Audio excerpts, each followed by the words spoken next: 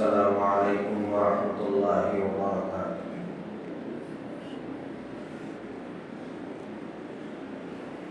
الحمد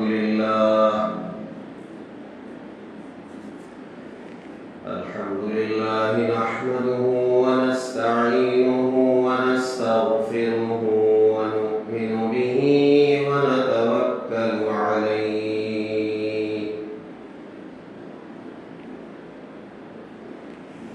ونعوذ باللہ من شرور انفسنا ومن سیئات اعمالنا ونعوذ باللہ من شرور انفسنا ومن سیئات اعمالنا من يهده الله فلا مضل له ومن يضلله فلا هادي له ونشهد أن لا إله إلا الله وحده لا شريك له ونشهد أن سيدنا ونبينا ومولانا محمدا عبده ورسوله الذي أرسل بالحق بشيرا ونذيرا وداعيا إلى الله بإذنه وسراجا منيرا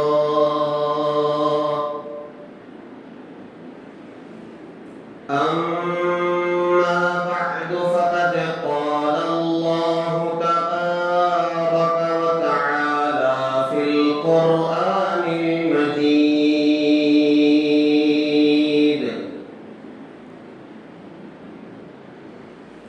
أعوذ بالله من الشيطان الرجيم بسم الله الرحمن الرحيم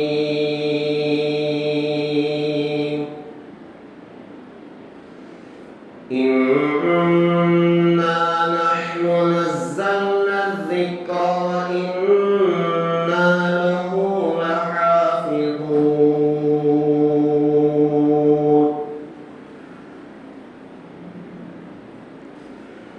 آمنت بالله صدق الله العظيم وصدق رسوله النبي الكريم ونحن على ذلك لمن الشاهدين والشاكرين والحمد لله رب العالمين۔ بزرگان محترم، اللہ تبارک و تعالی کا بے انتہا فضل و احسان ہے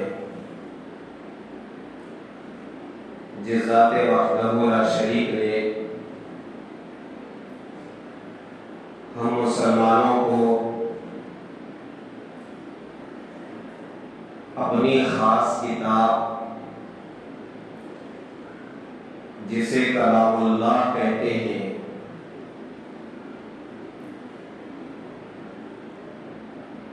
اپنے محبوب میرے اور آپ کے آقا تاجدار مدینہ احمد مجتبی محمد مصطفیٰ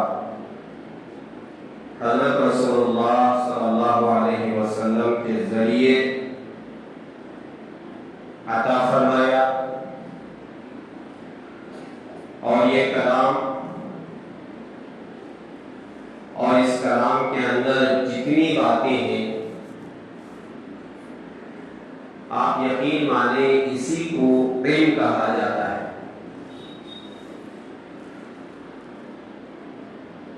اس قرآن پاک کو اللہ تعالیٰ نے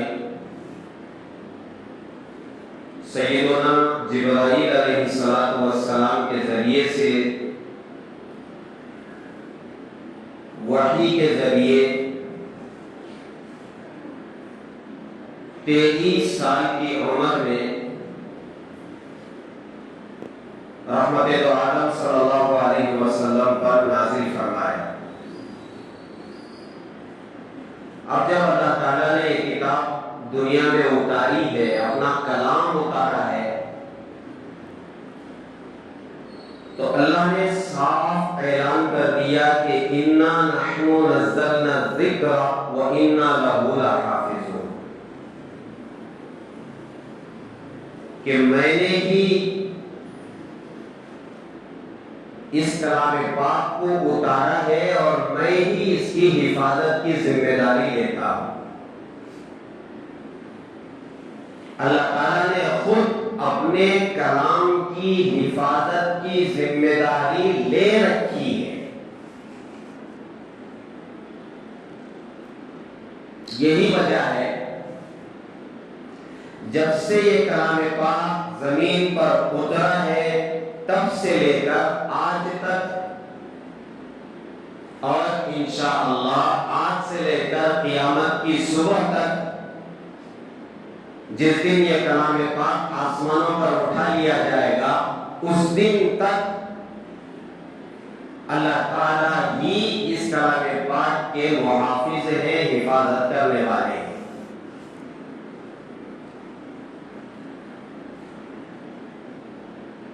سب سے پہلے اس علم کو اللہ تعالیٰ نے رحمت دو عالم صلی اللہ علیہ وسلم کے سینہ مبارک پر نازل فرمایا۔ سیدنا جبرائیل علیہ السلام وحی لے کر آتے تھے، یعنی اس قرآن پاک کی آیتوں کو لے کر آتے تھے اور پڑھ کر کے سناتے تھے۔ سب سے پہلی آیت سورہ علق کی ہے، اقرأ بسم ربک الذی خلق، خلق الانسان من علق، اقرأ وربک الاکرم الذی علم بالقلم، علم الانسان ما لم یعلم۔ اس آیت سے، ان آیتوں سے اس کلام پاک کا دنیا میں نزول شروع ہوا ہے، اور جب جب بھی آیتیں نازل ہوتی تھیں، رحمت دو عالم صلی اللہ علیہ وسلم اسے بر زبانی حفظ یاد کیا کرتے تھے۔ جبرائیل علیہ السلام پڑھ کر کے سناتے تھے، رحمت دو عالم صلی اللہ علیہ وسلم اس کا تکرار کرتے تھے، بار بار لوٹاتے تھے اور اسے حفظ یاد کر لیتے تھے۔ رحمت دو عالم صلی اللہ علیہ وسلم کو اس بات کی فکر تھی کہ کہیں کوئی آیت چھوٹ نہ جائے، یاد رہنے سے رہ نہ جائے۔ اس لیے آپ صلی اللہ علیہ وسلم ذرا جلدی اپنی زبان کو ہلاتے تھے اور آیت قرآنی کو دہراتے تھے، جلدی یاد کرنے کی فکر کرتے تھے۔ تو اللہ تعالیٰ نے آیت نازل فرمائی، لا تحرک به لسانک لتعجل به اِنَّا عَلَيْنَا جَمْعَهُ وَقُرْآنَهُ فَإِذَا قَرَأْنَاهُ فَاتَّبِعْ قُرْآنَهُ ثُمَّ إِنَّ عَلَيْنَا بَيَانَهُ۔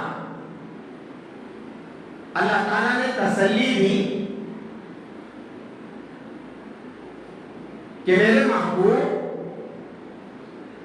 جب قرآن نازل ہو رہا ہو اور جب ہم پڑھ کے سنا رہے ہو، آپ اطمینان کے ساتھ اسے سنیے اور سن کر کے اسے یاد کریں، اس میں جلدی نہ کریں۔ اس قرآن پاک کو آپ کے سینے میں محفوظ کرنا وہ ہماری ذمہ داری ہے۔ اللہ نے اپنے ذمے لے لیا اور اس کی اتباع بھی کر دی اِنَّا عَلَيْنَا جَمْعَهُ وَقُرْآنَ، قرآن پاک کو سینے میں ہم آپ کے محفوظ کریں گے. فَإِذَا قَرَأْنَاهُ فَاتَّبِعْ قُرْآنَ، جب ہم تلاوت کریں، یعنی سیدنا جبرائیل علیہ السلام جب آپ کو پڑھ کر کے سنائیں تو آپ اطمینان کے ساتھ سنیں، جلدی نہ کریں اور اس بات کی فکر نہ کریں کہ کوئی آیت چھوٹ جائے گی. ہم حفاظت کریں گے یعنی آپ کے سینے میں ہم محفوظ کریں.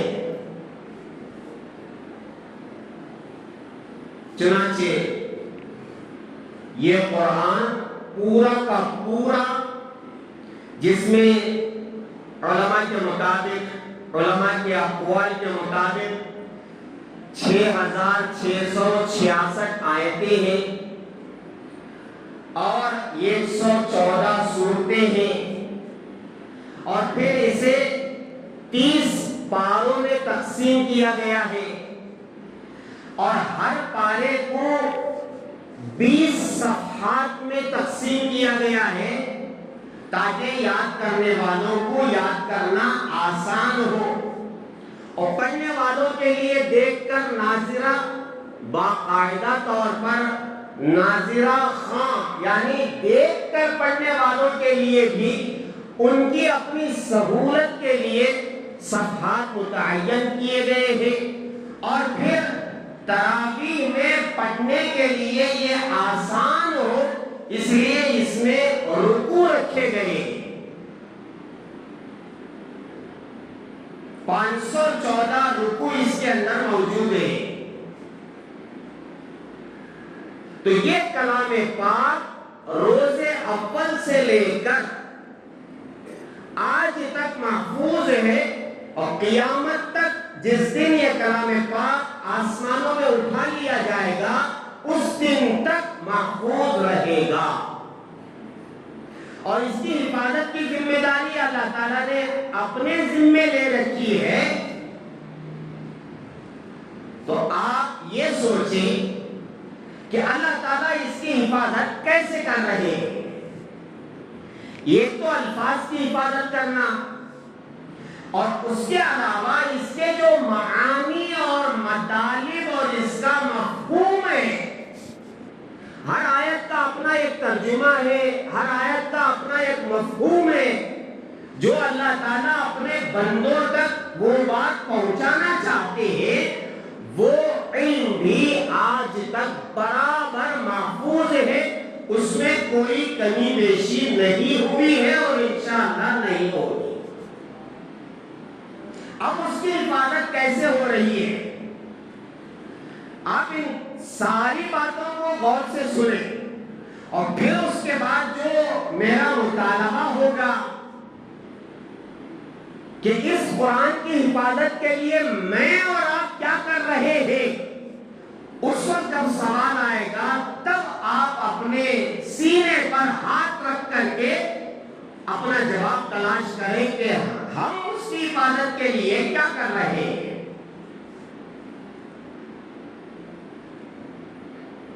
چنانچہ اللہ تعالیٰ نے ایک نظام بنایا. آیات قرآنی کی حفاظت کے لیے اللہ تبارک و تعالیٰ نے اپنے ان مخصوص بندوں کو اور ان مخصوص بندوں کے سینوں کو، اس میں مرد بھی ہیں عورتیں بھی ہیں، منتخب کیا ہے، چنا ہے، جو برابر ان آیات قرآنی کو یاد کرتے ہیں اور اسے پڑھ کے اس کی حفاظت کرتے ہیں اور اس کی یاد دہانی، یعنی قرآن پاک کو یاد رکھنا، جس کے ذریعے سے ایک ایک حرف اس کی تلاوت محفوظ ہو رہی ہے. چنانچہ رحمت دو عالم صلی اللہ علیہ وسلم کے دور ہی میں ایسے صحابہ جنہوں نے قرآن پاک کو حفظ یاد کیا، قرآن کے حافظ بنے، اور پھر وہ سلسلہ برابر چلتا رہا اور آج تک یہ سلسلہ جاری اور ساری ہے۔ اور یہ کام کہاں ہو رہا ہے؟ یہ کام مدارس عربیہ میں ہو رہا ہے، اور اس کا جو سلسلہ ہے، ان مدارس عربیہ کا جو سلسلہ ہے، یہ رحمت دو عالم صلی اللہ علیہ وسلم تک جا کر کے مل جاتا ہے۔ اور پھر اس کے مطالب کیا ہے، اس کا ترجمہ کیا ہے، اس کا مفہوم کیا ہے؟ دیکھیے، یہ ایک بات آپ اچھی طرح ذہن میں رکھیں، جیسے اس قرآن پاک کی آیت کو کوئی غلط نہیں پڑھ سکتا، اور غلط پڑھے گا تو آپ میں سے ہر ایک اسے پکڑے گا، اس کا مواخذہ کرے گا کہ یہ آپ غلط پڑھ رہے ہیں۔ مثال کے طور پر آپ میں سے ہر ایک کو یاد ہے الحمدللہ رب العالمین، الحمد کے دال کے اوپر پیش ہے۔ اگر کوئی حافظ یا کوئی اور الحمدللہ رب العالمین پڑھے گا، آپ میں سے ہر ایک کہے گا کہ قاری صاحب، وہ پڑھنے والے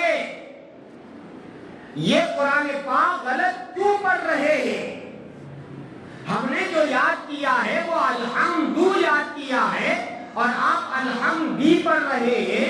للہ ہی ہم نے یاد کیا ہے، للہ آپ پڑھ رہے ہیں۔ رب بھی ہم نے یاد کیا ہے، اور آپ رب پڑھ رہے ہیں۔ اور عالمین ہم نے یاد کیا ہے، اور آپ عالمون پڑھ رہے ہیں۔ پکڑیں گے کہ نہیں پکڑیں گے؟ اور اگر نماز میں کوئی اس طرح قرآن پڑھے، پھر تو مسجد میں جنگ شروع ہو جائے گی، اس لیے کہ پڑھنے والا غلط پڑھ رہا ہے، اور غلط پڑھنا حرام ہے۔ جیسے قرآن نازل ہوا تھا ویسے یہ آدمی نہیں پڑھ رہا ہے، تو آپ میں سے ہر ایک پکڑے گا۔ تو جیسے الفاظ قرآنی کو غلط پڑھنا ناجائز اور حرام ہے، اسی طریقے سے اس کے جو معانی اور مطالب اور مفہوم ہے، اگر وہ غلط بیان کرتا ہے، یہ بھی حرام ہے، حرام ہے، حرام ہے۔ اسی لیے اللہ تبارک و تعالی نے اس کے معانی کو بتانے کے لیے رحمت دو عالم صلی اللہ علیہ وسلم کی شخصیت پیدا فرمائی، انہی پر یہ کلام نازل فرمایا، اور انہی کو اس کا مطلب بھی سمجھایا، اس کا معانی بھی سمجھایا۔ آپ صلی اللہ علیہ وسلم صحابہ کے سامنے بیٹھ کر کے اس کا درس دیا کرتے تھے۔ وہ جگہ کہاں تھی؟ وہ جگہ تھی مدینہ المنورہ میں، ایک مقام تھا جہاں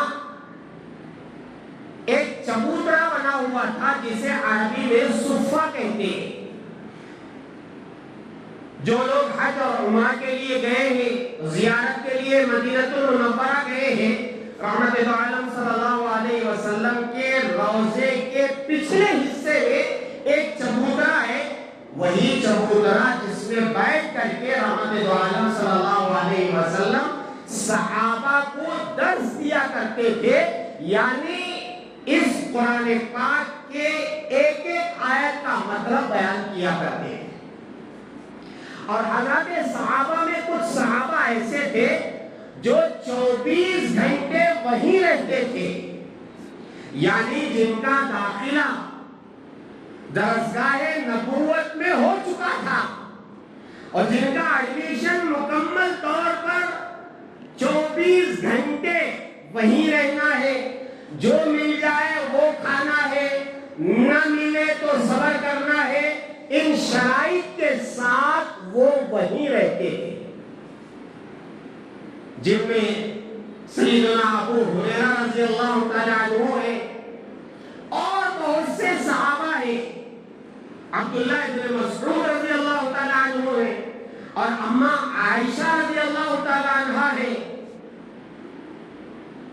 دیکھیں مرد حضرات کی بھی تعلیم ہو رہی ہے اور مستورات کی بھی تعلیم ہو رہی ہے، یعنی مستورات بھی پڑھ رہے ہیں رحمت عالم صلی اللہ علیہ وسلم کے درس میں، اور مرد حضرات بھی پڑھ رہے ہیں،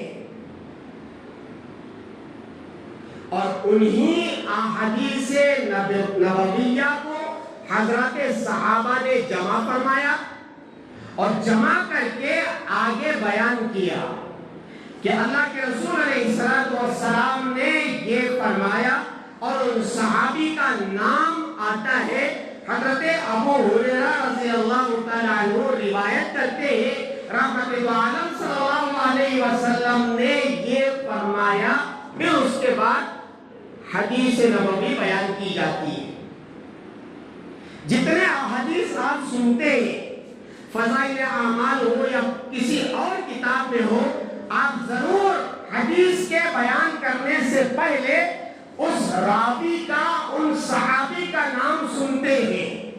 حضرت ابو ہریرہ نے یہ بیان فرمایا، حضرت عمر رضی اللہ تعالیٰ عنہ اس کے راوی ہیں، حضرت ابو بکر صدیق رضی اللہ تعالیٰ عنہ اس کے راوی ہیں، حضرت عبداللہ بن مسعود رضی اللہ تعالیٰ عنہ اس کے راوی ہیں، اماں عائشہ رضی اللہ تعالیٰ عنہ یہ فرماتی ہے، یہ جو نام آتے ہیں انہوں نے ڈائریکٹ براہ راست اللہ کے رسول علیہ السلام کی زبان مبارک سے اس قرآن کے مطالب اور مفہوم کو سنا اور سن کر کے آگے بیان کیا۔ اب جو صحابہ اس صفہ میں، چبوترا میں بیٹھ کر کے آپ نے رحمت عالم صلی اللہ علیہ وسلم سے علم حاصل کیا اور علم حاصل کر کے آگے پہنچایا، اللہ تعالیٰ نے اس کی حفاظت کا بھی ایک نظام بنایا۔ احادیث نبویہ کی حفاظت، اس قرآن کے مطالب اور مفہوم کی حفاظت کیسے ہوگی؟ اللہ تعالیٰ نے صحابہ کے بعد تابعین، تابعین کے بعد تبع تابعین میں ایسے علماء، حضرات مفتیان اور مفسرین، اور صحابہ میں ایسے مفسرین پیدا فرمائے جنہوں نے اس کی حفاظت کی، اور پھر ایک وقت ایسا آیا کہ وہ سینوں میں جو محفوظ تھا، جیسے اس قرآن پاک کو پہلے تو سینوں میں محفوظ کیا گیا، پھر اس کے بعد اسے کتابی شکل میں محفوظ کیا گیا، اور اس کے حفاظت کرنے میں بہت عرصہ لگا ہے، بہت سال لگے۔ حضرت عثمان غنی رضی اللہ تعالیٰ عنہ کے دور میں جا کر یہ قرآن کتابی شکل میں آیا۔ حضرت ابو بکر صدیق رضی اللہ تعالیٰ عنہ کے زمانے میں یہ کتاب کی شکل میں نہیں تھا، صحابہ کے سینوں میں تھا، اور کچھ ٹکڑوں میں، یعنی کچھ پتھروں میں اور کچھ چمڑوں میں اور کچھ ہڈیوں پر یہ لکھا ہوا جگہ جگہ صحابہ کے پاس موجود تھا۔ حضرت ابو بکر صدیق رضی اللہ تعالیٰ عنہ کا جو زمانہ ہے، دور خلافت ہے، آپ ذہن میں رکھیں، رحمت عالم صلی اللہ علیہ وسلم کا جو زمانہ ہے، اس زمانے میں اور حضرت ابو بکر صدیق رضی اللہ تعالیٰ عنہ کے زمانے میں کوئی بھی چیز رد و بدل نہیں ہوئی۔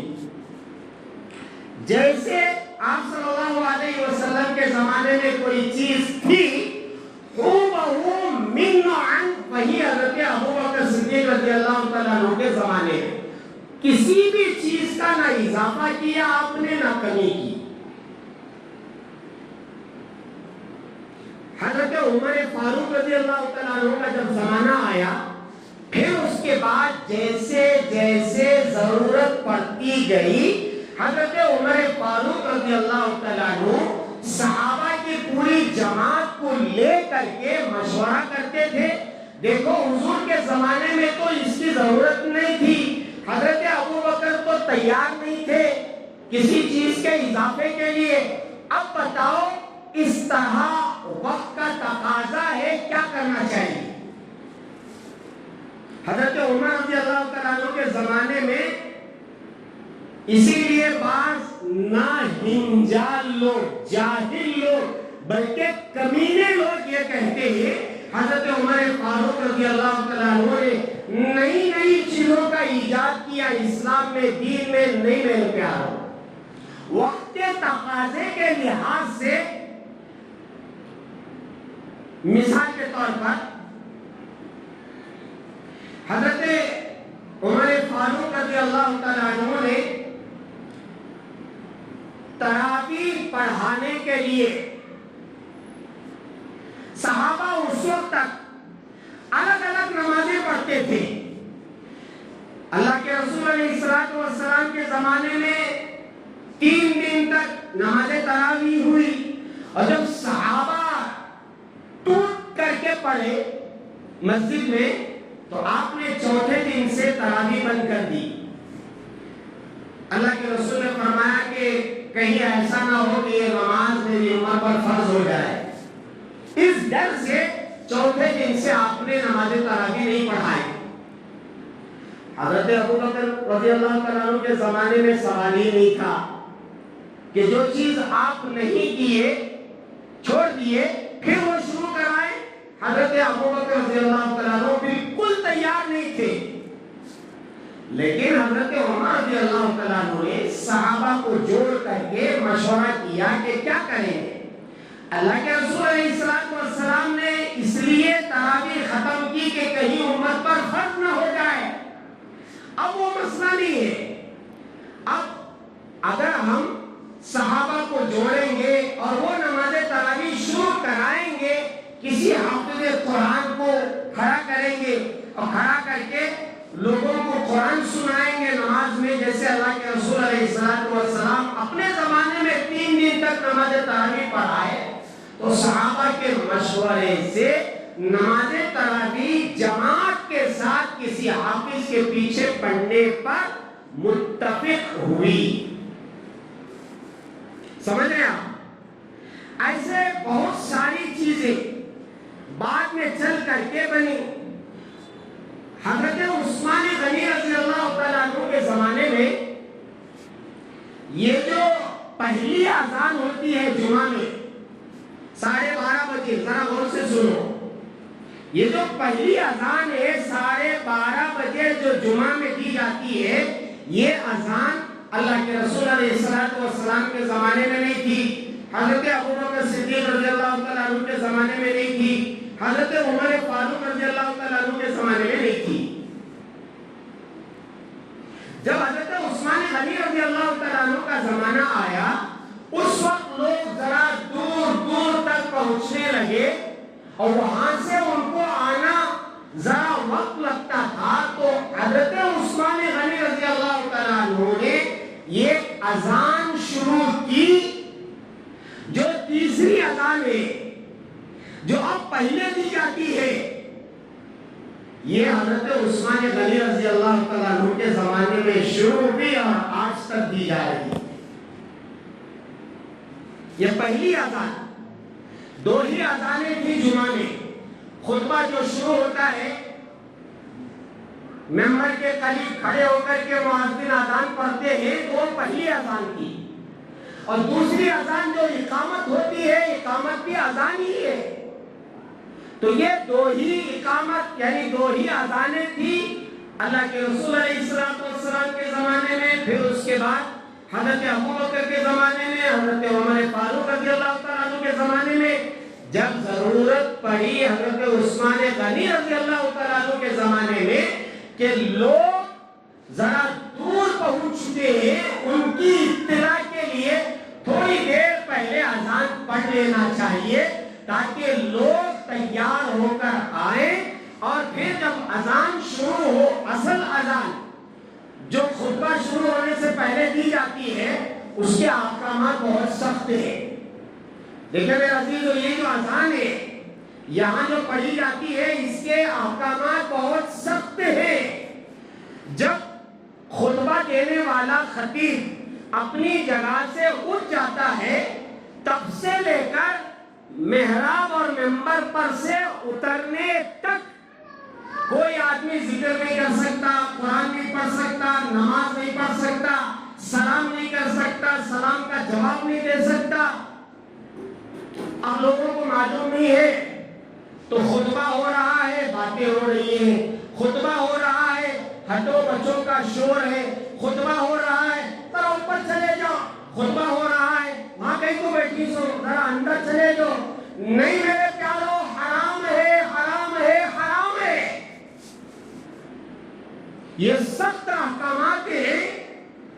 جب مؤذن خطیب کے سامنے خطبہ شروع کر دیتا ہے، یعنی اذان شروع کر دیتا ہے، اور خطیب اپنی جگہ سے اٹھ کر کے محراب و منبر پر بیٹھ جاتا ہے، تب سے لے کر محراب اور منبر سے اترنے تک کوئی سبحان اللہ بھی زبان پر نہیں لا سکتا۔ اتنے سخت احکام ہیں۔ تو حضرت عثمان غنی رضی اللہ تعالیٰ عنہ نے سوچا کہ اگر وہ اذان پڑھی جائے اور لوگ اپنے کاموں میں مصروف رہیں گے تو پھر تو گنہگار ہو جائیں گے، اس لیے ایسا کریں گے کچھ گھنٹے پہلے، آدھا گھنٹہ پہلے، 1 گھنٹہ پہلے اذان پڑھیں گے، لوگ وہ اذان سن کر مسجد کو آ جائیں گے اور آ کر کے بیٹھیں گے، اور پھر اس کے بعد یہ اردو کا خطبہ، دیکھیں میرے عزیزو، یہ اردو کا خطبہ بھی کسی بھی حدیث میں ثابت نہیں ہے۔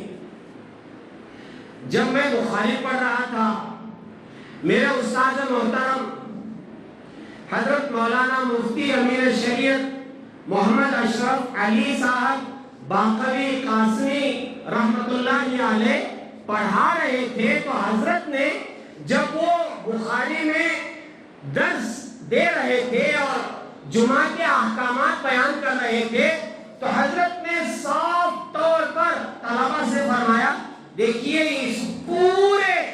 ان پوری احادیث میں کہیں بھی یہ نہیں ہے کہ جمعہ سے پہلے اردو بیان ہونا چاہیے۔ اصل جو خطبہ ہے، اصل جو بیان ہے وہ عربی میں ہوتا ہے، اصل وہی ہے۔ یہ وقت کے تقاضے کی بنا پر علماء نے شروع کیا ہے، وقت کے تقاضے کی بنا پر لوگ آئیں گے اور اس اذان ہونے سے پہلے مسجد میں بیٹھیں گے تو کیا کریں گے؟ ایک آدمی قرآن پڑھے گا، ایک آدمی سورت پڑھ کے بیٹھے گا، ایک آدمی تسبیحات پڑھے گا، بقیہ پورا مجمع اس اذان کے انتظار میں بیٹھا رہے گا تو کیا کرے گا؟ اس لیے ایسا کرو، کسی عالم دین کو رکھو، ان سے کہو کچھ دینی باتیں کرے، وہی بیان ہو گیا۔ بات سمجھ میں آ رہی ہے؟ تو اسی طرح حضرت عثمان غنی رضی اللہ تعالیٰ عنہ کے زمانے میں جا کر کے یہ کتابی شکل میں تیار ہوا اور اس کے 7 نسخے بنائے گئے، الگ الگ، ہر نسخے میں اس کی الگ قرات لکھی گئی۔ یہ جو قرات سبا ہے، قرات سبا، کہ قرآن پاک کو اس طرح بھی پڑھا جاتا ہے، اس طرح بھی پڑھا جاتا ہے، اس طرح بھی پڑھا جاتا ہے، جو قرات سبا ہے یا قرات 17 ہے، یعنی قرآن پاک کو 7 طریقوں سے پڑھنا، قرآن پاک کو 10 طریقوں سے پڑھنا، یہ ایک مستقل قرات ہے۔ تو اس قرات کے برابر صفحات، صحیفے تیار کیے گئے اور علاقوں میں اس میں بھیجا گیا۔ ہمارے علاقے میں تو جو نسخہ چلتا ہے وہ روایت حفص کا نسخہ ہے. آپ اسے اچھی طرح یاد رکھیں. پتہ نہیں میری باتیں کہاں تک آپ کو سمجھ میں آ رہی ہے نہیں آ رہی ہے. یہ جو قرآن پاک ہم پڑھتے ہیں بروایت حفص ہے. اور بہت سارے ملکوں میں جیسے ہم پڑھتے ہیں اس میں تھوڑا آگے پیچھے ہوتا ہے, وہ بھی روایت صحیح ہے. روایت قالون ہے, روایت ورش ہے, اور روایت حفص جو ہم پڑھتے ہیں. بہرحال میں یہ عرض کرنا چاہ رہا ہوں کہ یہ نسخے حضرت عثمان غنی رضی اللہ تعالیٰ عنہ کے زمانے میں بنے. اب جو اس کے معانی اور مطالب ہیں, اب اس کے نسخے کیسے بننا ہے, اللہ تبارک و تعالیٰ نے ایسے علماء کو تیار فرمایا تابعین میں, تبع تابعین میں, جنہوں نے اس کے مطالب کو, مفہوم کو احادیث نبویہ کے روشنی میں جمع فرمایا, تو وہ 6 کتابیں بن گئی. کتنی کتابیں؟ 6 کتابیں بن گئی جن کو صحاح ستہ کہتے ہیں. یعنی ایسے صحیح 6 کتابیں جو قرآن کے مفہوم کو بیان کرتی ہیں. وہ کون کون سے؟ جن میں سب سے بڑا مقام حاصل ہے بخاری شریف ایک کتاب, پھر اس کے بعد مسلم شریف, پھر اس کے بعد ترمذی شریف, اس کے بعد ابن ماجہ, اور پھر نسائی اور ابو داؤد. یہ 6 کتابیں جن کو صحاح ستہ کہتے ہیں. ستہ کے معنی عربی میں 6, یعنی 6 صحیح کتابیں. اور ان کتابوں میں بھی جسے مقام قرآن پاک کے بعد حاصل ہے اصح الکتب بعد کتاب اللہ, صحیح کتاب اصح الکتب قرآن پاک کی کتاب کے بعد وہ ہے بخاری. بعض لوگوں کو بخاری کا بخار چڑھا ہوا ہے, یہ حدیث بخاری میں ہے کہ نہیں ہے. اچھا بخاری میں نہیں ہے تو اس کو عمل نہیں کرنا. رے پاگل, یہ حدیث بخاری میں نہیں ہے مگر مسلم میں ہے نا, ترمذی میں ہے نا, ابن ماجہ میں ہے نا, نسائی میں ہے نا, ابو داؤد میں ہے نا. نہیں, ویسا سب نہیں چلتا. بخاری میں رہا تو ہمیں عمل کرتے, نہیں تو عمل نہیں کرتے, جس کی بنا پر بہت سارے احکامات پر وہ آج بھی عمل نہیں کر رہے. بخاری کا بخار چڑھا ہوا ہے. بخاری میں ہے کہ بخاری میں ہے کہ بخاری میں رہا تو ہمیں مانتی, نہیں تو نہیں مانتے. نہیں مانتے کا مطلب کیا ہے؟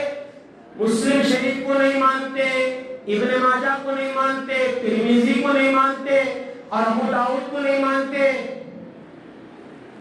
نسائی کو نہیں مانتے. یہ 6 کتابیں ہیں صحیح کتابیں, اور سارے کے سارے عربی زبان میں ہیں. ایک بھی اردو زبان میں نہیں ہے, اور ایک بھی انگریزی زبان میں نہیں ہے, نہیں ہے, نہیں ہے. قرآن پاک عربی میں ہے, اور 6 کتابیں جو قرآن پاک کا مطلب ہے وہ سارے کے سارے عربی میں ہے. اس کے بعد میں ان کے ترجمے کیے گئے, اس کے بعد میں اس کے مفاہیم اردو میں بیان کیے گئے, عربی میں بیان کیے گئے, انگریزی میں بیان کیے گئے, وہ بعد میں ہے. لیکن سب سے پہلے قرآن پاک عربی میں نازل ہوا تو عربی میں آج تک محفوظ ہے. اور جس دن بخاری لکھی گئی, مسلم شریف لکھی گئی, ترمذی شریف لکھی گئی, ابن ماجہ لکھی گئی, ابو داؤد اور نسائی لکھی گئی, میں اس لیے ان ناموں کو لوٹا رہا ہوں تاکہ آپ کے ذہن میں ہو. کوئی ایسا آ کر کے آپ سے کہے کہ صاحب یہ بخاری میں حدیث نہیں ہے, آپ ان کا گریبان پکڑ کر کے پوچھیں تمہیں بخاری میں یہ حدیث نہیں ملی ہے لیکن مسلم شریف میں تو ہے, ترمذی میں تو ہے، ابن ماجہ میں تو ہے، آپ پوچھ سکتے ہیں۔ تو میں عرض کر رہا ہوں، دیکھیں میں بہت ہی گہرائی میں جا کر کے آپ کو باتیں سمجھانے کی کوشش کر رہا ہوں کہ علم کسے کہتے ہیں، اور علم کی حفاظت جو اللہ نے لی ہے، اور پھر اس کے بعد میں جو حفاظت کا سلسلہ اللہ تعالیٰ نے شروع کیا ہے اور آج تک یہ علم محفوظ ہے، وہ کیسے محفوظ ہے اور ہم اس حفاظت میں کتنا بڑا رول ادا کر رہے ہیں، اس بات پر یہ بات میری شروع ہوئی ہے۔ وقت ختم ہو چکا ہے، انشاءاللہ جیسے میں نے عرض کیا تھا کہ اس علم پر میں اگلے جمعوں میں بات کروں گا۔ اللہ تعالیٰ نے آج یہ باتیں ذہن میں ڈالی ہے اور میں نے آپ سے عرض کیا ہے، اتنا ذہن میں رکھے، اللہ تعالیٰ نے جو الفاظ قرآن کے نازل کیے ہیں وہ آج تک محفوظ ہے، اور پھر اس کے معانی اور مطالب کی حفاظت کے لیے الحمدللہ ثم الحمدللہ صحابہ کے بعد تابعین تبع تابعین سے اللہ تعالیٰ نے ایسی خدمت لی جن کی بنا پر 6 صحیح حدیث کی کتابیں تیار ہوئی، جن میں سے سب سے بڑا مقام بخاری کا ہے، مسلم شریف کا ہے، ترمذی کا ہے، ابن ماجہ کا ہے، ابو داؤد اور نسائی کا ہے۔ اگر آپ بھول جائیں تو جیسے میں نے عرض کیا تھا کہ یوٹیوب پر یہ بیانات ہے، آپ اسے سن کر کے یاد کر لیں کہ یہ کتابیں حدیث کی کتابیں ہیں اور یہ سب کے سب صحیح ہے، اس میں جو حدیث بھی بیان کی گئی ہے صحیح ہے، اس کا انکار نہیں کر سکتے۔ اور پھر اس کے بعد جو سلسلہ شروع ہوا کس کا؟ فقہ کا جو سلسلہ شروع ہوا، بعد میں چل کر کے حضرت امام اعظم ابو حنیفہ رحمۃ اللہ علیہ، پھر اس کے بعد امام شافعی رحمۃ اللہ علیہ، پھر اس کے بعد امام مالک رحمۃ اللہ علیہ، اور پھر امام احمد بن حنبل رحمۃ اللہ علیہ نے کیا کیا، اور انہوں نے جو کام کیا صحیح کیا کہ غلط کیا۔